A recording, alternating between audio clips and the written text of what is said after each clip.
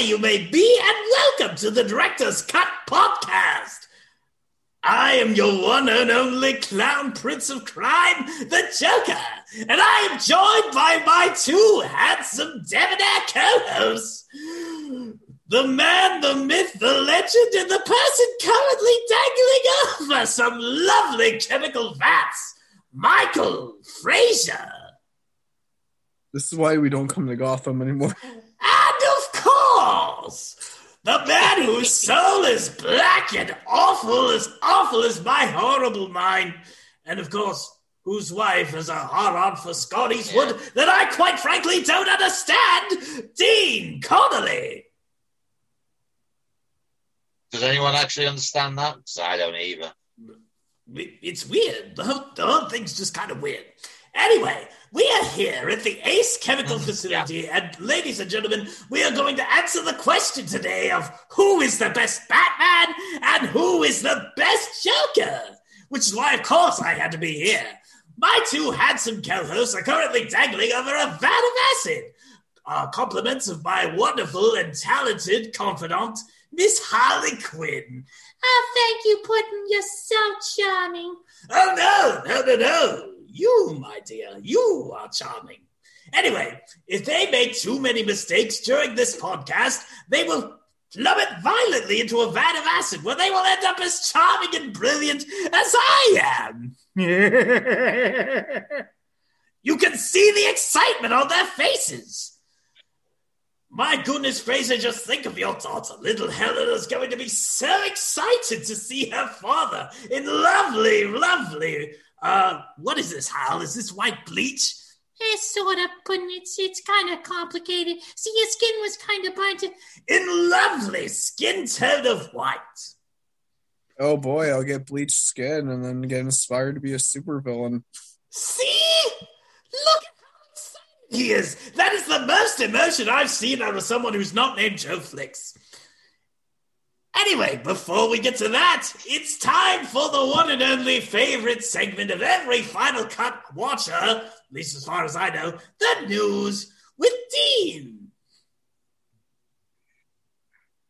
Yes, I must admit, I am doing this, thankfully, hopefully, not to fall into a vat of acid and end up like the host who has commandeered my own show from me. Oh, wait, why did you commandeer my show from me? Well, of course, naturally, when you said, and I quote, we're going to be doing the best Batman and the best Joker, clearly you weren't balanced enough to come up with the greatest of great superhero and supervillains. So, of course, naturally, I had to tie you up, take you to the Ace Chemical Facility, dangle you over a vat of acid. You know how it is. Yeah, I think I must have been as mad as you when I decided to do that with something this week. See, you're already feeling it. There's a bit of there is a bit of madness in us all, isn't there? Anyway, to keep my captor or host, whichever title you prefer, happy, we're going to start off in the DC EU, whereas we have a Shazam 2 coming, as everyone knows. They have cast their villains, which is Helen Mirren, and the most recent one is Lucy Liu. Excuse me.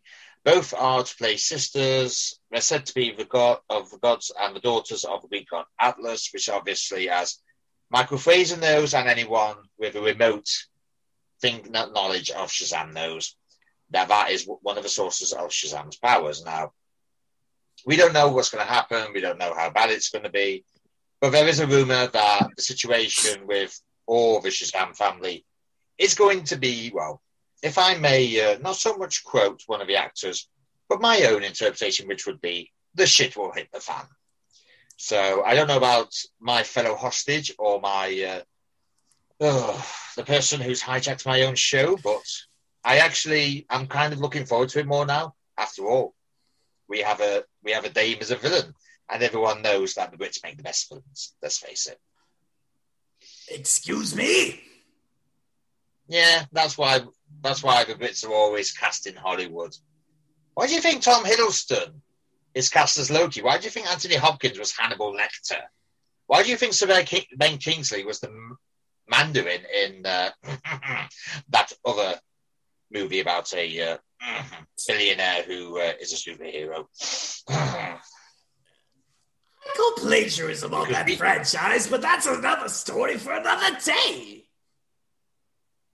That is actually. Speaking of just moving on and other news, what does our resident host/captor feel about Black Adam?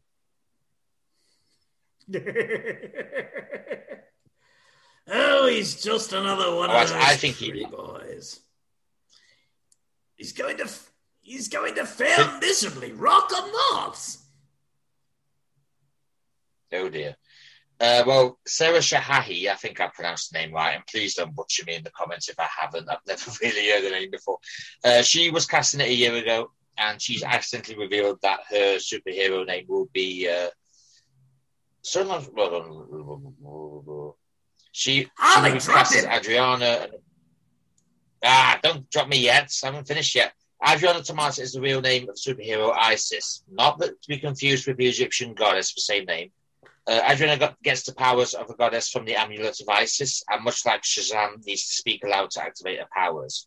So basically, we have a Shazam in Shazam 2, and we have another sort of Shazam in Black Adam, to go with Dr. Fate as well as everyone else.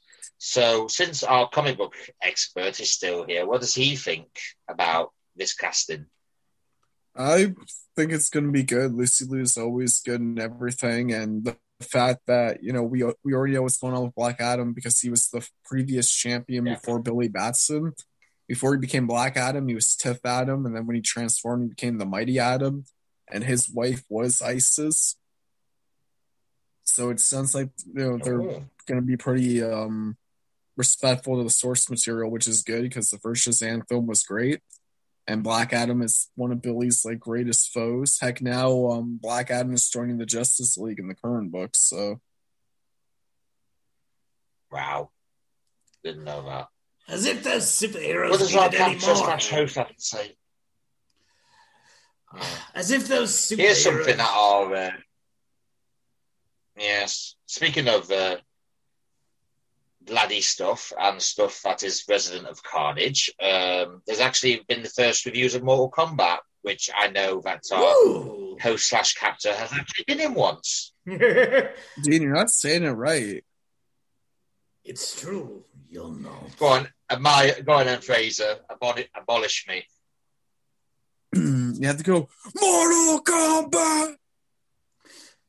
Actually, I'm sorry, I haven't got the recording. It's more in the diaphragm. You've got to go, Mortal Kombat! There you go. That's how you do it. That's how you do it. But yeah, that is how you do it. Basically, reviewers have actually praised the film, which was described as a gleefully violent video game adaptation that remains faithful to its source material. While it doesn't offer much in a challenge in terms of storyline or character development, fans of a video game will eat it up anyway. I would like to make an assumption, which is a bit bad, because you know what we say about assumptions. I think anyone who has seen the 1995 one will eat it up anyway, because I have seen the 1995 one. And not to mention the co-host that isn't with us at the minute. He actually sat in on the interview with Daniel Nelson, who plays Cabal, and, we were already convinced about how good it was. By the way, Mr. J, happened to kidnap the other co-hosts? Because me and Fraser are here. Bitch, please, don't you ever try to match my vocal talent. How dare you? That other guy. Find me, bitch. That. You think got horribly with tased. pleasure. What other co-host? Yeah. You got some weirdo.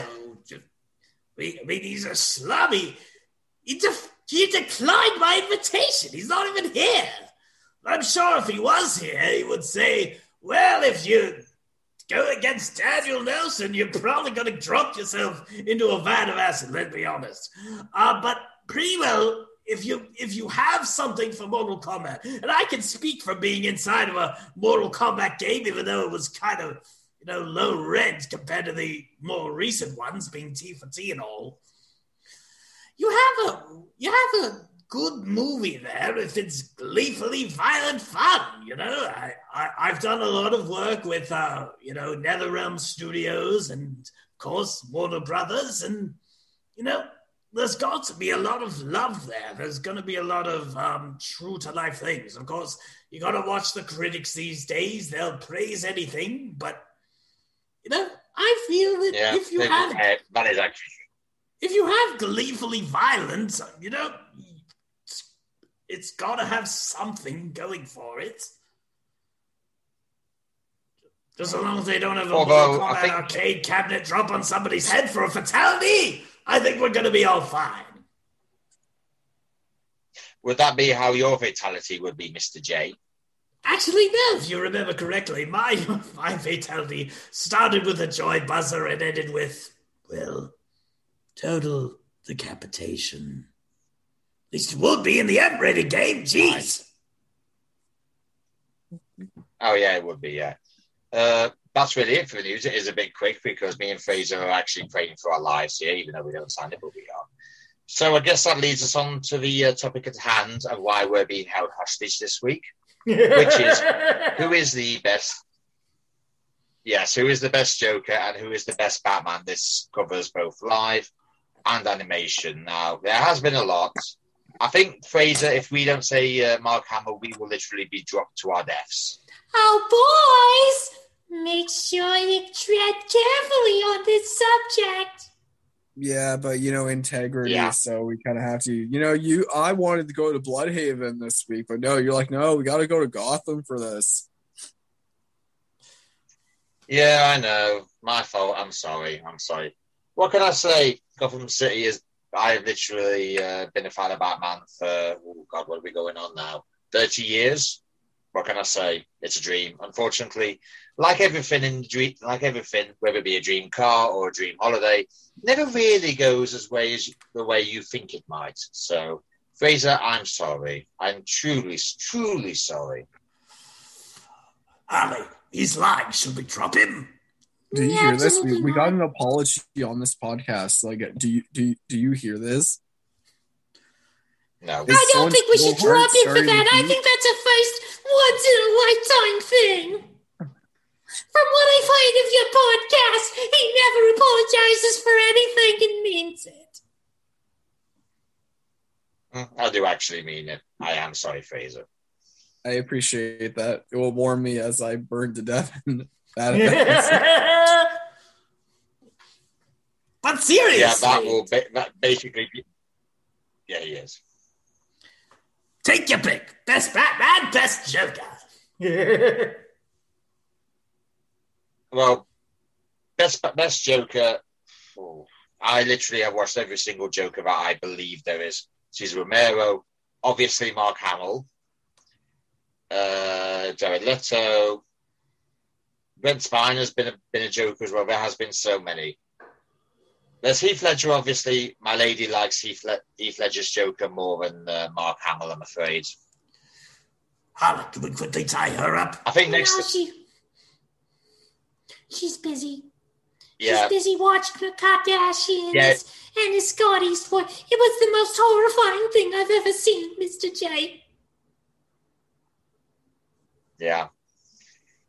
If you really want to tie someone up, you should have tied her up, because I absolutely love Mark Hamill. There's nobody on this planet who would convince me that Mark Hamill is an inferior Joker to anybody else. There really isn't. It's I will true. admit, if my captor will allow me a bit of leverage here, so I can actually get my points across, because I do actually value my life. Fine. All right. Cesar Romero is the one I grew up with. He's the one who first introduced me to the Joker. Was it 60s Batman camp? Yes, it was. Was it funny? Was Cesar Romero funny? Yes, he was. Was he homicidal? Yes, he was. But it was Mark Hamill that kind of got Joker from that campy style into that really serious style. And personally, I think as you can have as many Jokers, as you want to try. Heath Ledger, I did enjoy Heath Ledger's, but that's a different interpretation, and it does. And Heath Ledger's interpretation does not tick the one box needed to be my favourite Joker. Was Heath Ledger the Clown Prince of Crime? He was some Short answer schlub. for everyone. Yeah, the short answer is no, he wasn't. He was the anarchist of crime. Jared Leto's Joker, you could say, was the godfather of crime, if you like. Mark Hamill's, and this has been said many, many times in the animated series, was the Clown Prince of Crime. Even Cesar Romero's was the Clown Prince of Crime. So unless you are literally telling me that somewhere along the line, them two actors have said the Clown Prince of Crime, then they are not a proper Joker. So for me, Mark Hamill will always be my favourite Joker. Very good. I'm not quite sure. I think, did you gag my co-host? But no, Oh, wait. he decided to say something rather blasphemous, so we decided to, just have him do what he does.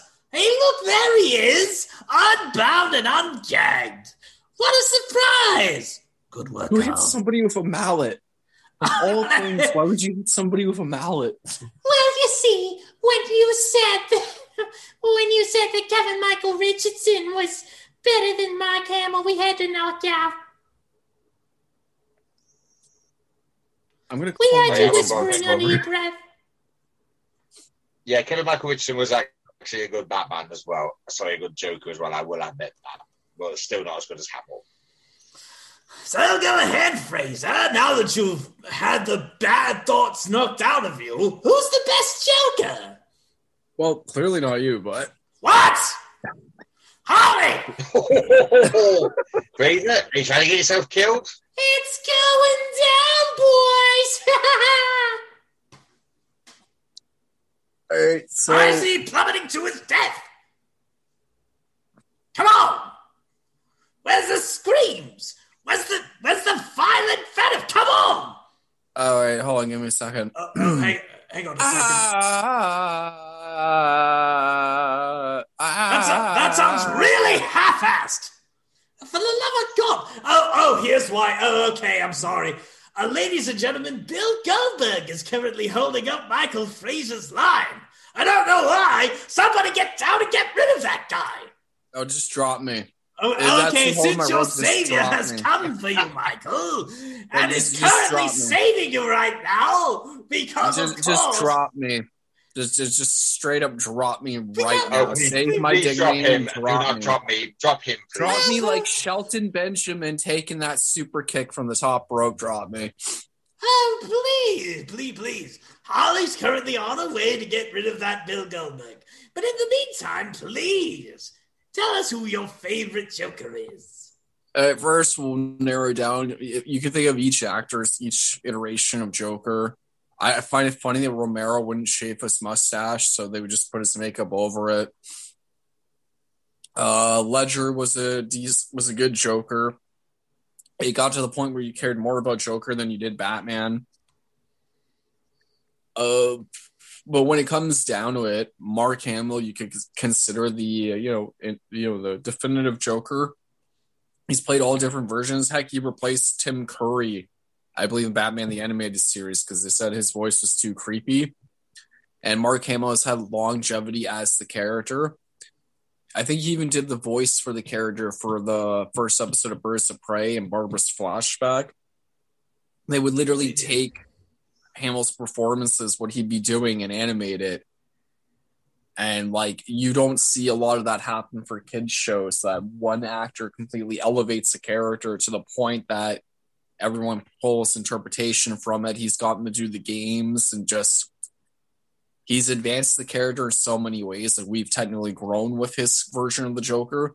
And if it comes down to it, you could view the Arkham series as the ending to the animated run of the Joker, besides, Return of the Joker. So I'd say when it comes down to it, to me, Mark Hamill is the Joker. When I read comic books, what's burning? Something smells like it's burning. I kind of lost my slipper in some acid.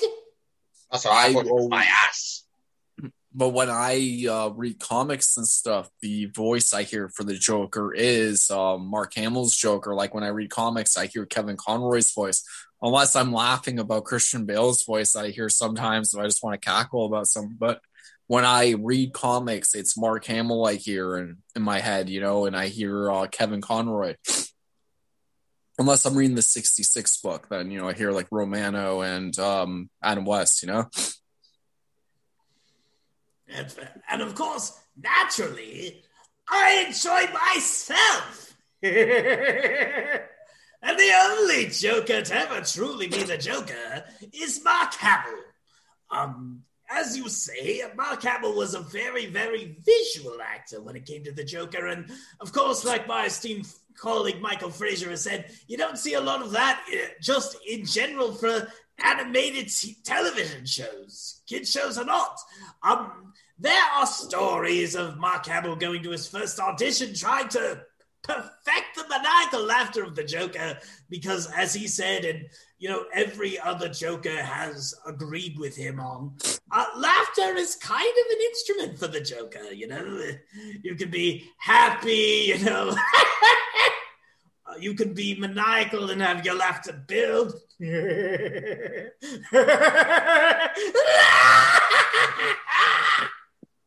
Or, you can have sort of a melancholy cackle when you take your friend and confidant and take her far, far, far away from the idea of Little Mermaid. Huh? Remember that pool, Little Mermaid? I remember, boss. Why'd you have to bring that up? Why do I have to bring that up? Because it's important. The viewers want to know. Besides that, of course, you've got Cesar Romero. Of course, he's one of the first ones. He got the whole kooky thing going on for him. But when you look at Mark Hamill in particular, and you look at every other adaptation, you're either trying to do a base copy of Mark Hamill, or you're trying to, play into the more homicidal maniac sort of thing. And where's the fun? Mark Hamill, of course, top of the top. Shout out, of course, to Kevin Michael Richardson, who, of course, is the best Mark Hamill impersonator except for some other guy. And naturally, who's the last one I want to give a shout out to? You know what? I completely forgot your name. Oh. Never mind, I remember. Troy Baker from the Arkham games, where Mark Hamill decided he didn't want to do it. That was Arkham Origins. Actually did a really good young Hamill. I'm pleasantly surprised by that. If you're looking at people who took the Joker in their own direction, of course, you've got to go with Heath-Ledger. You cared more about the Joker than Batman, which, of course, you always did, but now everyone sort of saw it on screen because of the difference in talent between Christian Bale and Heath-Ledger. So, shout out to them. But, of course, Mark Hamill will always be top. But what about Batboy? Who is your favorite Batboy? I'm going to Christian start Bale with... technically wasn't even Batman. Uh-oh. We accept that, how? We sure can. Because straight up, even in the movie, when the last one, Dark Knight Rises, he becomes Batman, and then he leaves. So he wasn't even technically Batman for 3 films.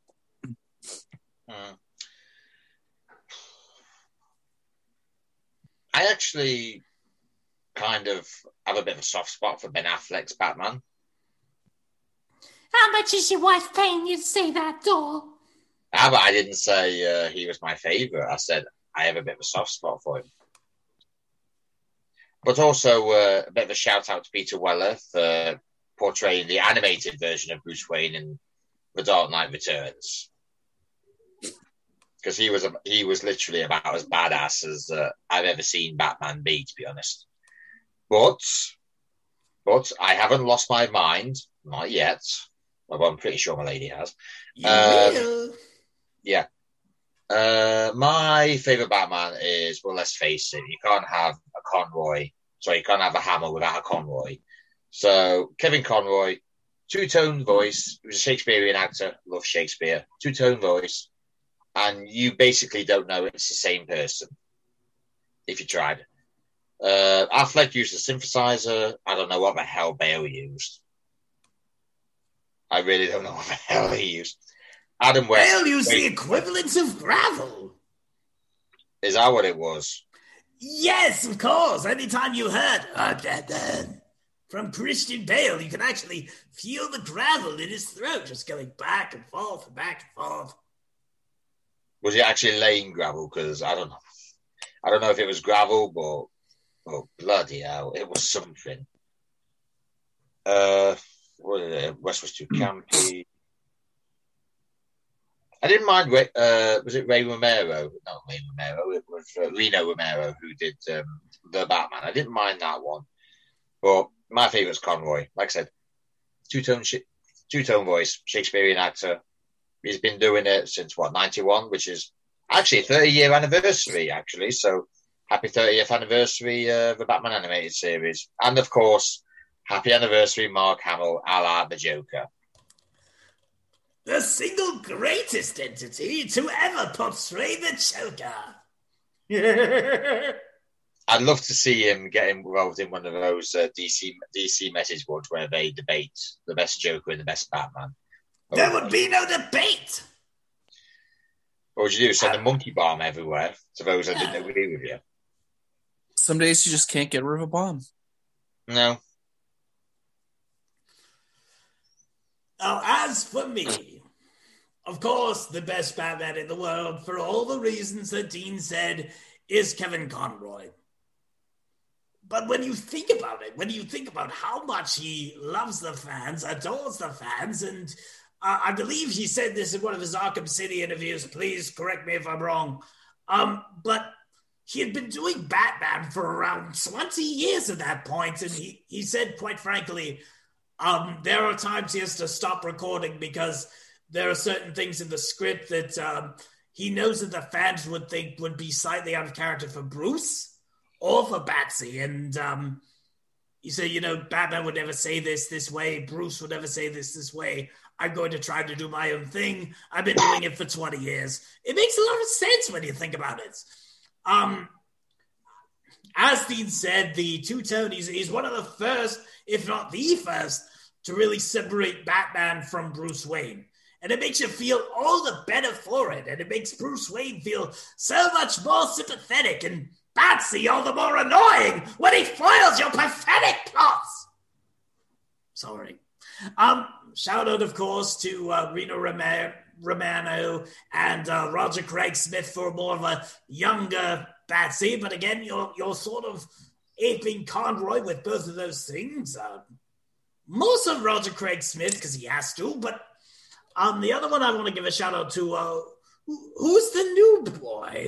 Is it Jason O'Mara? Yes, Jason O'Mara. I did like Jason O'Mara, but again, he's no Kevin Conroy. No, of course, he's no Kevin Conroy, but if you're going to have a discount Damian Wayne, of course you kind of want to discount Brucey there, and let's be honest, Jason O'Mara fills that role quite well. But aside from that, of course, United Front here, Conroy and Hamill, which is wonderful, meaning I don't have to kill anyone, even though, Fraser's hanging on by the thread of the near and dear Bill Goldberg, who's single-handedly, for some reason, holding him up. Like your WWE run, just drop me. Oh, my goodness. No, he's trying to lift you back up. I've never seen anything like it. How have you seen anything like it? No, it's just his love pudding. It's his love for Frasier. It's so cute. I'll just cut the rope myself. Oh, please do. It would be so hilarious. Anyway, that's all I've got. Thank you so much for being purely unbiased citizens in this lovely, lovely expose. Does anyone else have anything to add? Are we talking in general the best Batman? Or are we talking like us? Well, are we going to cover the live action Batmans or?